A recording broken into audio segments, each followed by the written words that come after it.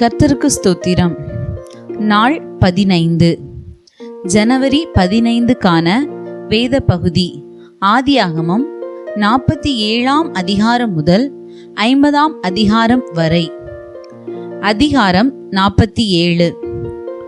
யோசேப்பு பார்வோனிடத்தில் போய், என் தகப்பனும் என் சகோதரரும் தங்கள் ஆடு மாடுகளோடும் தங்களுக்கு உண்டான எல்லாவற்றோடும் கூட கானான் தேசத்திலிருந்து வந்தார்கள். இப்பொழுது கோசேன் நாட்டில் இருக்கிறார்கள் என்று சொல்லி தன் சகோதரரில் 5 பேரை பார்வோனுக்கு முன்பாக கொண்டு போய் நிறுத்தினான். பார்வோன் அவனுடைய சகோதரரை நோக்கி, உங்கள் தொழில் என்ன என்று கேட்டான்.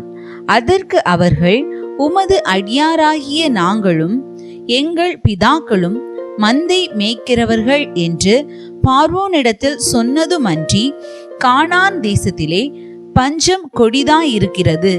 உமது அடியாரின் மந்தைகளுக்கு மேய்ச்சல் இல்லாமையால் இத்தேசத்திலே தங்க வந்தோம். உமது அடியாராகிய நாங்கள் கோசேன் நாட்டிலே குடியிருக்கும்படி தயவு செய்ய வேண்டும் என்று வேண்டிக் கொண்டார்கள். அப்பொழுது பார்வோன் யோசேப்பை நோக்கி, உன் தகப்பனும் உன் சகோதரரும் உன்னிடத்தில் வந்திருக்கிறார்களே, எகிப்து தேசம் உனக்கு முன்பாக இருக்கிறது. தேசத்தில் உள்ள நல்ல இடத்திலே உன் தகப்பனையும் உன் சகோதரரையும் குடியேறும்படி செய். அவர்கள் கோசேன் நாட்டிலே குடியிருக்கலாம். அவர்களுக்குள்ளே திறமையுள்ளவர்கள் உண்டென்று உனக்கு தெரிந்திருந்தால் அவர்களை என் ஆடு மாடுகளை விசாரிக்கிறதற்கு தலைவராக வைக்கலாம் என்றான். பின்பு யோசேப்பு தன் தகப்பனாகிய யாக்கோபை அழைத்து கொண்டு வந்து அவனை பார்வோனுக்கு முன்பாக நிறுத்தினான். யாக்கோபு பார்வோனை ஆசீர்வதித்தான். பார்வோன் யாக்கோபை நோக்கி, உமக்கு வயது என்ன என்று கேட்டான். அதற்கு யாக்கோபு, நான் பரதேசியாய் சஞ்சரித்த நாட்கள் 130 வருஷம். என் ஆயுசு நாட்கள் கொஞ்சமும் சஞ்சலமுள்ளதுமாய் இருக்கிறது. அவைகள் பரதேசிகளாய் சஞ்சரித்த என் பிதாக்களுடைய ஆயுசு நாட்களுக்கு வந்து எட்டவில்லை என்று பார்வோனுடனே சொன்னான். பின்னும் யாக்கோபு பார்வோனை ஆசீர்வதித்து அவன் சமூகத்தில் நின்று புறப்பட்டு போனான். பார்வோன் கட்டளையிட்டபடியே யோசேப்பு தன் தகப்பனுக்கும் தன் சகோதரருக்கும் எகிப்து தேசத்திலே நல்ல நாடாகிய ராமசேஸ் என்னும் நாட்டிலே சுதந்திரம் கொடுத்து அவர்களை குடியேற்றினான். யோசேப்பு தன் தகப்பனையும் தன் சகோதரரையும் தன் தகப்பனுடைய குடும்பத்தார் அனைவரையும் அவரவர்கள் குடும்பத்திற்கு தக்கதாய் ஆகாரம் கொடுத்து ஆதரித்து வந்தான். பஞ்சம் மிகவும் கொடிதாயிருந்தது. தேசமெங்கும் ஆகாரம் கிடையாமற் போயிற்று. எகிப்து தேசமும் கானான் தேசமும் பஞ்சத்தினாலே மெலிந்து போயிற்று. யோசேப்பு எகிப்து தேசத்திலும் கானான் தேசத்திலுமுள்ள பணத்தை எல்லாம் தானியம் கொண்டவர்களிடத்தில் வாங்கி அதை பார்வோன் அரமனையிலே கொண்டு போய் சேர்த்தான். எகிப்து தேசத்திலும் கானான் தேசத்திலும் உள்ள பணம் செலவழிந்த போது எகிப்தியர் எல்லாரும் யோசேப்பினிடத்தில் வந்து, எங்களுக்கு ஆகாரம் தாரும், பணம் இல்லை, அதனால் நாங்கள் உமது சமூகத்தில் சாக வேண்டுமோ என்றார்கள். அதற்கு யோசேப்பு, உங்களிடத்தில் பணம் இல்லாமற் போனால் உங்கள் ஆடு மாடுகளை கொடுங்கள், அவைகளுக்கு பதிலாக உங்களுக்கு தானியம் கொடுக்கிறேன் என்றான். அவர்கள் தங்கள் ஆடு மாடு முதலானவைகளை யோசேப்பினிடத்தில் கொண்டு வந்தார்கள். யோசேப்பு குதிரைகளையும் ஆடுகளையும் மாடுகளையும் கழுதைகளையும் வாங்கி கொண்டு அந்த வருஷம் அவர்களுடைய ஆடு மாடு முதலான எல்லாவற்றிற்கும் பதிலாக அவர்களுக்கு ஆகாரம் கொடுத்து அவர்களை ஆதரித்தான். அந்த வருஷம் முடிந்த பின் மறு வருஷத்திலே அவர்கள் அவனிடத்தில் வந்து, பணமும் செலவழிந்து போயிற்று, எங்கள் ஆடு மாடு முதலானவைகளும் எங்கள் ஆண்டவனை சேர்ந்தது, எங்கள் சரீரமும் எங்கள் நிலமுமே ஒழிய எங்கள் ஆண்டவனுக்கு முன்பாக மீதியானது ஒன்றும் இல்லை. இது எங்கள் ஆண்டவனுக்கு தெரியாத காரியம் அல்ல. நாங்களும் எங்கள் நிலங்களும் உம்முடைய கண்களுக்கு முன்பாக அழிந்து போகலாமா? நீர் எங்களையும் எங்கள் நிலங்களையும் வாங்கி கொண்டு ஆகாரம் கொடுக்க வேண்டும். நாங்களும் எங்கள் நிலங்களும் பார்வோனுக்கு ஆதீனமாயிருப்போம். நாங்கள் சாகாமல் உயிரோடு இருக்கவும் நிலங்கள் பாழாய் போகாமல் இருக்கவும் எங்களுக்கு விதை தானியத்தை தாரும் என்றார்கள். அப்படியே எகிப்தியர் தங்களுக்கு பஞ்சம் மேலிட்டபடியால் அவரவர் தங்கள் தங்கள் வயல் நிலங்களை விற்றார்கள். யோசேப்பு எகிப்தின் நிலங்கள் யாவையும் பார்வோனுக்காக கொண்டான். இவ்விதமாய் அந்த பூமி பார்வோனுடையதாயிற்று. மேலும் அவன் எகிப்தின் ஒரு எல்லை முதல் மறு எல்லை வரைக்குமுள்ள ஜனங்களை அந்தந்த பட்டணங்களில் குடிமாறி போக பண்ணினான். ஆசாரியருடைய நிலத்தை மாத்திரம் அவன் கொள்ளவில்லை. அது பார்வோனாலே ஆசாரியருக்கு மானியமாக கொடுக்கப்பட்டிருந்ததினாலும் பார்வோன் அவர்களுக்கு கொடுத்த மானியத்தினாலே அவர்கள் ஜீவனம் பண்ணி வந்ததினாலும் அவர்கள் தங்கள் நிலத்தை விற்கவில்லை. பின்னும் யோசேப்பு ஜனங்களை நோக்கி, இதோ இன்று உங்களையும் உங்கள் நிலங்களையும் பார்வோனுக்காக வாங்கி கொண்டேன். இதோ உங்களுக்கு கொடுக்கப்படுகிற விதை தானியம், இதை நிலத்தில் விதையுங்கள். விளைவில் 1/5 பங்கை பார்வோனுக்கு கொடுக்க வேண்டும். மற்ற 4 பங்கும் வயலுக்கு விதையாகவும் உங்களுக்கும் உங்கள் குடும்பத்தாருக்கும் உங்கள் குழந்தைகளுக்கும் ஆகாரமாகவும் உங்களுடையதாய் இருக்கட்டும் என்றான். அப்பொழுது அவர்கள், நீர் எங்கள் பிராணனை காப்பாற்றினீர், எங்கள் ஆண்டவனுடைய கண்களில் எங்களுக்கு தயவு கிடைக்க வேண்டும், நாங்கள் பார்வோனுக்கு அடிமைகளாய் இருக்கிறோம் என்றார்கள். 1/5 பார்வோனுக்கு சேரும் வாரம் என்று யோசேப்பு இட்ட கட்டளைப்படி எகிப்து தேசத்திலே இந்நாள் வரைக்கும் நடந்து வருகிறது. ஆசாரியரின் நிலம் மாத்திரம் பார்வோனை சேராமல் நீங்களாயிருந்தது. இஸ்ரவேலர் எகிப்து தேசத்திலுள்ள கோசேன் நாட்டிலே குடியிருந்தார்கள். அங்கே நிலங்களை கையாட்சி செய்து மிகவும் பலுகி பெருகினார்கள். யாக்கோபு எகிப்து தேசத்திலே 17 வருஷம் இருந்தான். யாக்கோபுடைய ஆயுசு நாட்கள் 147 வருஷம். இஸ்ரவேல் மரணமடையும் காலம் சமீபித்தது.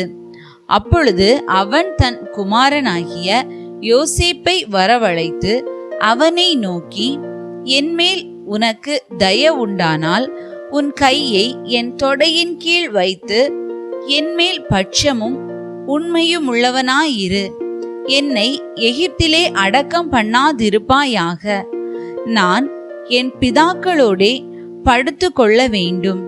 ஆகையால் நீ என்னை எகிப்திலிருந்து எடுத்து கொண்டு போய் அவர்களை அடக்கம் பண்ணியிருக்கிற நிலத்திலே என்னையும் அடக்கம் பண்ணு என்றான். அதற்கு அவன், உமது சொற்படி செய்வேன் என்றான்.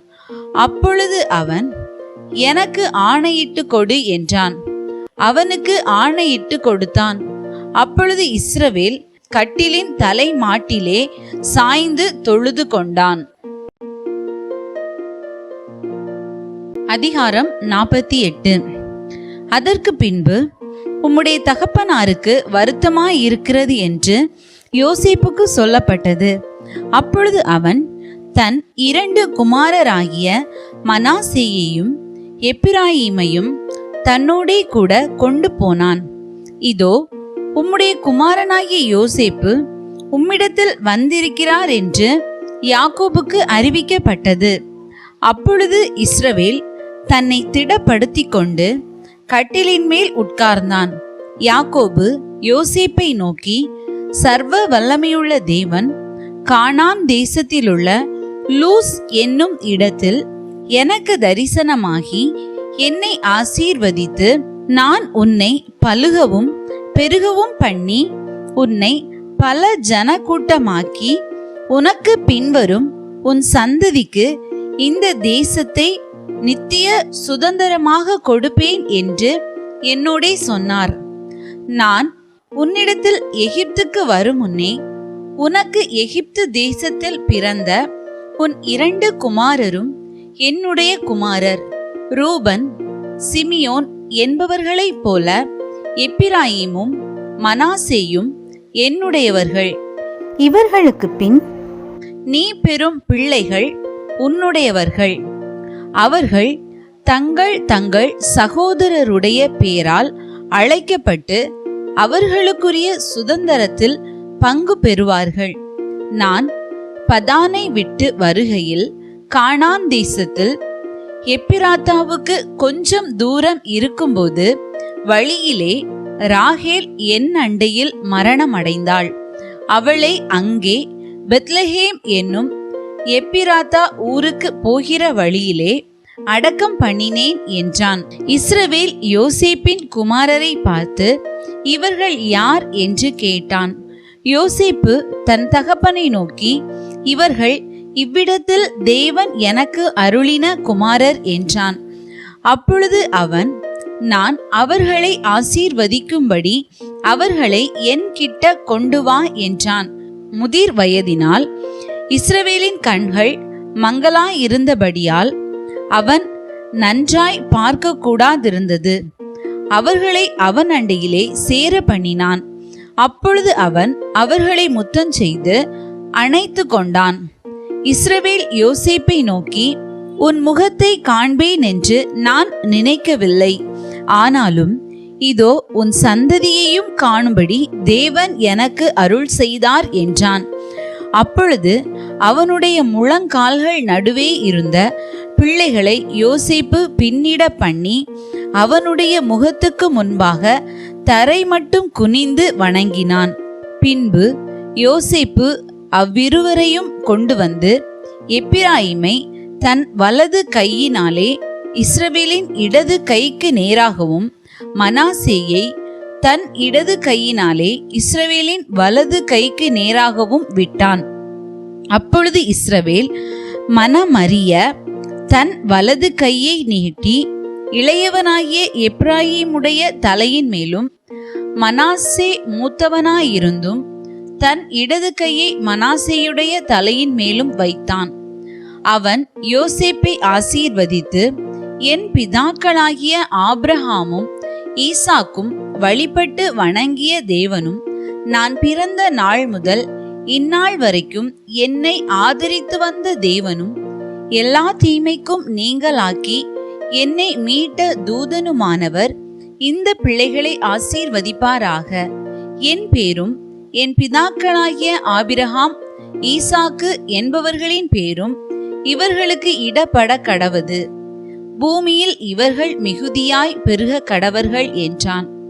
தகப்பன் தன் வலது கையை எப்பிராயீமுடைய தலையின் மேல் வைத்ததை யோசேப்பு கண்டு, அது தனக்கு பிரியமில்லாதபடியால் எப்பிராயீமுடைய தலையின் மேல் இருந்த தன் தகப்பனுடைய கையை மனாசேயினுடைய தலையின் மேல் வைக்கும்படிக்கு எடுத்து, என் தகப்பனே, அப்படி அல்ல, இவன் மூத்தவன், இவனுடைய தலையின் மேல் உம்முடைய வலது கையை வைக்க வேண்டும் என்றான்.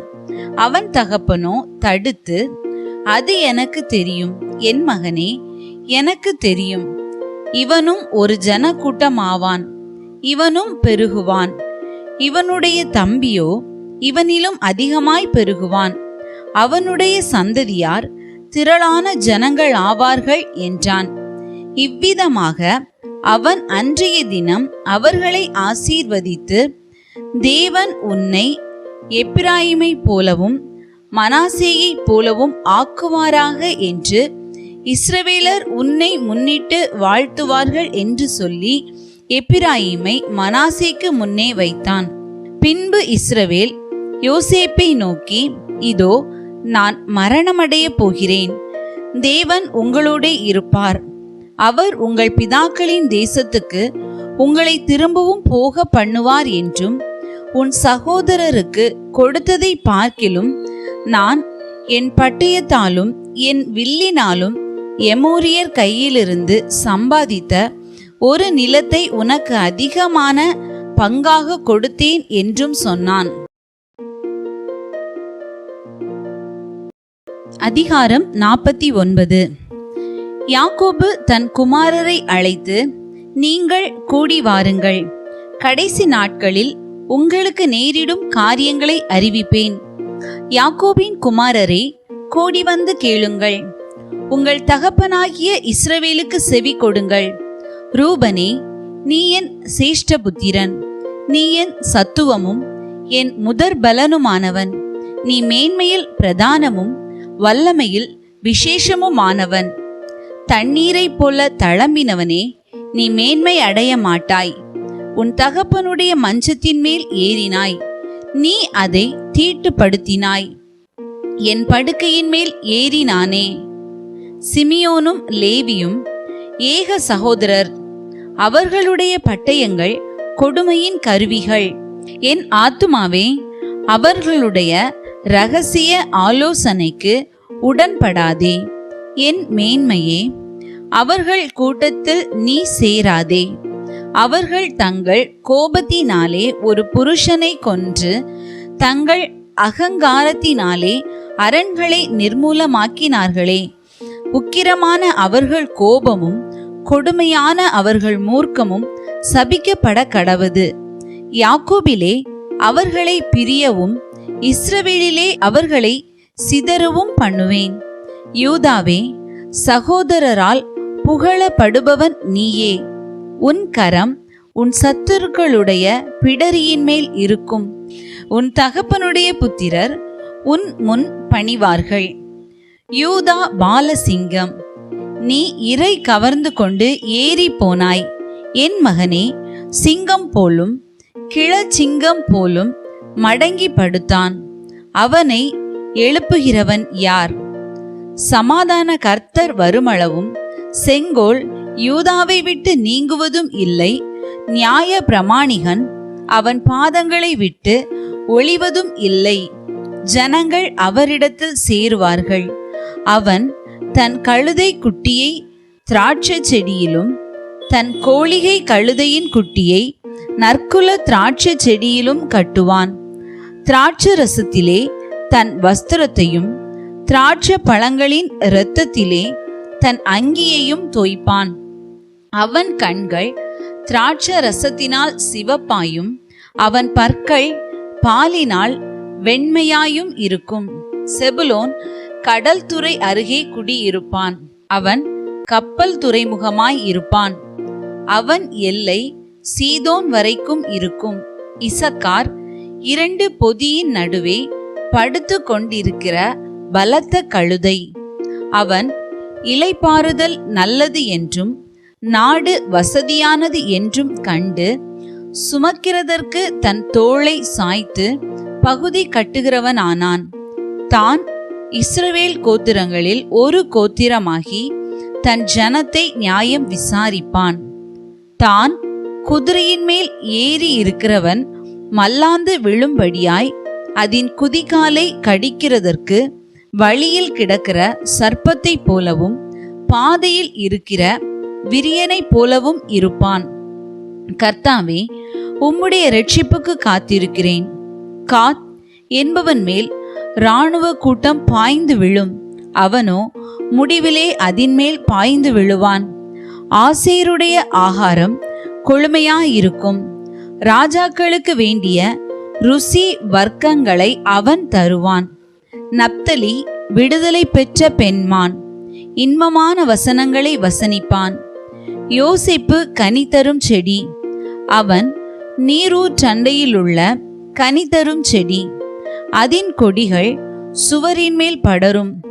வில் வீரர் அவனை மனமடிவாக்கி அவன் மேல் எய்து அவனை பகைத்தார்கள். ஆனாலும் அவனுடைய வில் உறுதியாய் நின்றது. அவன் புயங்கள் யாக்கோபுடைய வல்லவரின் கரங்களால் பலத்தன. இதனால் அவன் மேய்ப்பனும் இஸ்ரவேலின் கன்மலையும் ஆனான். உன் தகப்பனுடைய தேவனாலே அப்படி ஆயிற்று. அவர் உனக்கு துணையாயிருப்பார். சர்வ வல்லவராலே அப்படி ஆயிற்று.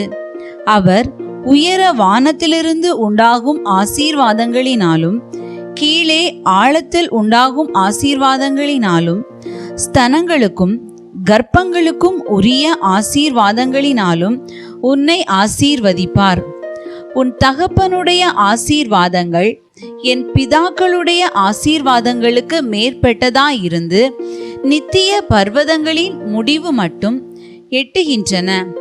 அவைகள் யோசேப்புடைய சிரசின் மேலும் தன் சகோதரரில் விசேஷித்தவனுடைய உச்சந்தலையின் மேலும் வருவதாக. பென்யமீன் பீறுகிற ஓநாய், காலையில் தன் இரையை பட்சிப்பான், மாலையில் தான் கொள்ளையிட்டதை பங்கிடுவான் என்றான். இவர்கள் எல்லாரும் இஸ்ரவேலின் 12 கோத்திரத்தார். அவர்களுடைய தகப்பன் அவர்களை ஆசீர்வதிக்கையில் அவர்களுக்கு சொன்னது இதுதான். அவனவனுக்குரிய ஆசீர்வாதம் சொல்லி அவனவனை ஆசீர்வதித்தான். பின்னும் அவன் அவர்களை நோக்கி, நான் என் ஜனத்தாரோடே சேர்க்கப்பட போகிறேன். ஏத்தியனான எப்பரோனின் நிலத்திலுள்ள குகையிலே என்னை என் பிதாக்கள் அண்டையிலே அடக்கம் பண்ணுங்கள் என்று கட்டளையிட்டு, அந்த குகை கானான் தேசத்திலே மம்ரேக்கு எதிராக மக்பேலா எனப்பட்ட நிலத்தில் இருக்கிறது. அதை நமக்கு சொந்த கல்லறை பூமியாய் இருக்கும்படி ஆபிரகாம் ஏத்தியனாகிய எப்பரோன் கையில் அதற்குரிய நிலத்துடனே வாங்கினார். அங்கே ஆபிரகாமையும் அவர் மனைவியாகிய சாராளையும் அடக்கம் பண்ணினார்கள். அங்கே ஈசாக்கையும் அவர் மனைவியாகிய ரெபேக்காளையும் அடக்கம் பண்ணினார்கள். அங்கே லேயாளையும் அடக்கம் பண்ணினேன். அந்த நிலம் அதில் இருக்கிற குகையும் அந்த நிலமும் அதில் இருக்கிற குகையும் ஏத்தின் புத்திரர் கையில் கொள்ளப்பட்டது என்றான். யாக்கோபு தன் குமாரருக்கு கட்டளையிட்டு முடிந்த பின்பு அவன் தன் கால்களை கட்டிலின் மேல் மடக்கி கொண்டு ஜீவித்து போய் தன் ஜனத்தாரோடே சேர்க்கப்பட்டான். அதிகாரம் 50. அப்பொழுது யோசேப்பு தன் தகப்பனுடைய முகத்தின் மேல் விழுந்து அழுது அவனை முத்தம் செய்தான். பின்பு தன் தகப்பனுக்கு சுகந்த வர்க்கமிடும்படி யோசேப்பு தன் ஊழியக்காரராகிய வைத்தியருக்கு கட்டளையிட்டான். அப்படியே வைத்தியர் இஸ்ரவேலுக்கு சுகந்த வர்க்கமிட்டார்கள். சுகந்த வர்க்கமிட 40 நாள் செல்லும். அப்படியே அந்த நாட்கள் நிறைவேறின. எகிப்தியர் அவனுக்காக 70 நாள் துக்கம் கொண்டாடினார்கள். துக்கம் கொண்டாடும் நாட்கள் முடிந்த பின் யோசேப்பு பார்வோனின் குடும்பத்தாரை நோக்கி, உங்கள் கண்களில் எனக்கு தயவு கிடைத்ததானால் நீங்கள் பார்வோனுடைய காது கேட்க அவருக்கு அறிவிக்க வேண்டியது என்னவென்றால், என் தகப்பனார் என்னை நோக்கி, இதோ நான் மரணமடைய போகிறேன். கானான் தேசத்திலே நான் எனக்காக வெட்டி வைத்திருக்கிற கல்லறையிலே என்னை அடக்கம் பண்ணுவாயாக என்று என்னிடத்தில் சொல்லி ஆணையிடுவித்து கொண்டார். நான் அங்கே போய் என் தகப்பனை அடக்கம் பண்ணி வருவதற்கு உத்தரவு கொடுக்க வேண்டிக் கொள்ளுகிறேன் என்று சொல்லுங்கள் என்றான். அதற்கு பார்வோன், உன் தகப்பன் உன்னிடத்தில் ஆணையிடுவித்தபடியே நீ போய் அவரை அடக்கம் பண்ணி வா என்றான். அப்படியே யோசேப்பு தன் தகப்பனை அடக்கம் பண்ண போனான். பார்வோனுடைய அரமனையில் இருந்த பெரியவர்களாகிய அவனுடைய சகல உத்தியோகஸ்தரும் எகிப்து தேசத்தில் உள்ள சகல பெரியோரும் யோசேப்பின் வீட்டார் யாவரும் அவன் சகோதரரும் அவன் தகப்பன் வீட்டாரும் அவனோடே கூட போனார்கள். தங்கள் குழந்தைகளையும் தங்கள் ஆடு மாடுகளையும் மாத்திரம் கோசேன் நாட்டிலே விட்டு போனார்கள். இரதங்களும் குதிரை வீரரும் அவனோடே போனதினால் பரிவார கூட்டம் மிகவும் அதிகமாயிருந்தது. அவர்கள் யோர்தானுக்கு அக்கறையில் இருக்கிற ஆத்தாத்தின் போர்க்களத்தில் வந்தபோது அவ்விடத்திலே பெரும் புலம்பலாக புலம்பினார்கள். அங்கே தன் தகப்பனுக்காக 7 நாள் துக்கம் கொண்டாடினான். ஆத்தாத்தின் களத்திலே துக்கம் கொண்டாடுகிறதை அத்தேசத்தின் குடிகளாகிய கானானியர் கண்டு, இது எகிப்தியருக்கு பெரிய துக்கம் கொண்டாடல் என்றார்கள். அதனால் யோர்தானுக்கு அப்பால் இருக்கிற அந்த ஸ்தலத்திற்கு ஆபேல் மிஸ்ராயிம் என்னும் பேர் உண்டாயிற்று. யாக்கோபின் குமாரர் தங்களுக்கு கட்டளையிட்டிருந்தபடியே அவனை கானான் தேசத்துக்கு கொண்டு போய் ஆபிரகாம் மம்ரேக்கு எதிரே இருக்கிற மக்பேலா என்னும் நிலத்திலே தனக்கு சொந்த கல்லறை பூமியாக ஏத்தியனாகிய எப்ரோனிடத்தில் வாங்கின நிலத்திலுள்ள குகையிலே அவனை அடக்கம் பண்ணினார்கள். யோசேப்பு தன் தகப்பனை அடக்கம் பண்ணின பின்பு அவனும் அவன் சகோதரரும் அவனுடைய தகப்பனை அடக்கம் பண்ணுவதற்கு அவனோடே கூட போனவர்கள் யாவரும் எகிப்துக்கு திரும்பினார்கள். தங்கள் தகப்பன் மரணம் அடைந்ததை யோசேப்பின் சகோதரர் கண்டு, ஒருவேளை யோசேப்பு நம்மை பகைத்து நாம் அவனுக்கு செய்த எல்லா பொல்லாங்குக்காகவும் நமக்கு சரிக்கு சரி கட்டுவான் என்று சொல்லி யோசேப்பின் இடத்தில் ஆள் அனுப்பி, உம்முடைய சகோதரர் உமக்கு பொல்லாங்கு செய்திருந்தாலும் அவர்கள் செய்த துரோகத்தையும் பாதகத்தையும் நீர் தயவு செய்து மன்னிக்க வேண்டும் என்று உம்முடைய தகப்பனார் மரணம் அடையும் முன்னே உமக்கு சொல்லும்படி கட்டளையிட்டார். ஆகையால் உம்முடைய தகப்பனாருடைய தேவனுக்கு ஊழியக்காரராகிய நாங்கள் செய்த துரோகத்தை மன்னிக்க வேண்டும் என்று அவனுக்கு சொல்ல சொன்னார்கள். அவர்கள் அதை யோசேப்புக்கு சொன்னபோது அவன் அழுதான். பின்பு அவனுடைய சகோதரரும் போய் அவனுக்கு முன்பாக தாழ விழுந்து, இதோ நாங்கள் உமக்கு அடிமைகள் என்றார்கள். யோசேப்பு அவர்களை நோக்கி, பயப்படாதிருங்கள், நான் தேவனா? நீங்கள் எனக்கு தீமை செய்ய நினைத்தீர்கள். தேவனோ இப்பொழுது நடந்து வருகிறபடியே வெகு ஜனங்களை உயிரோடே காக்கும்படிக்கு அதை நன்மையாக முடிய பண்ணினார்.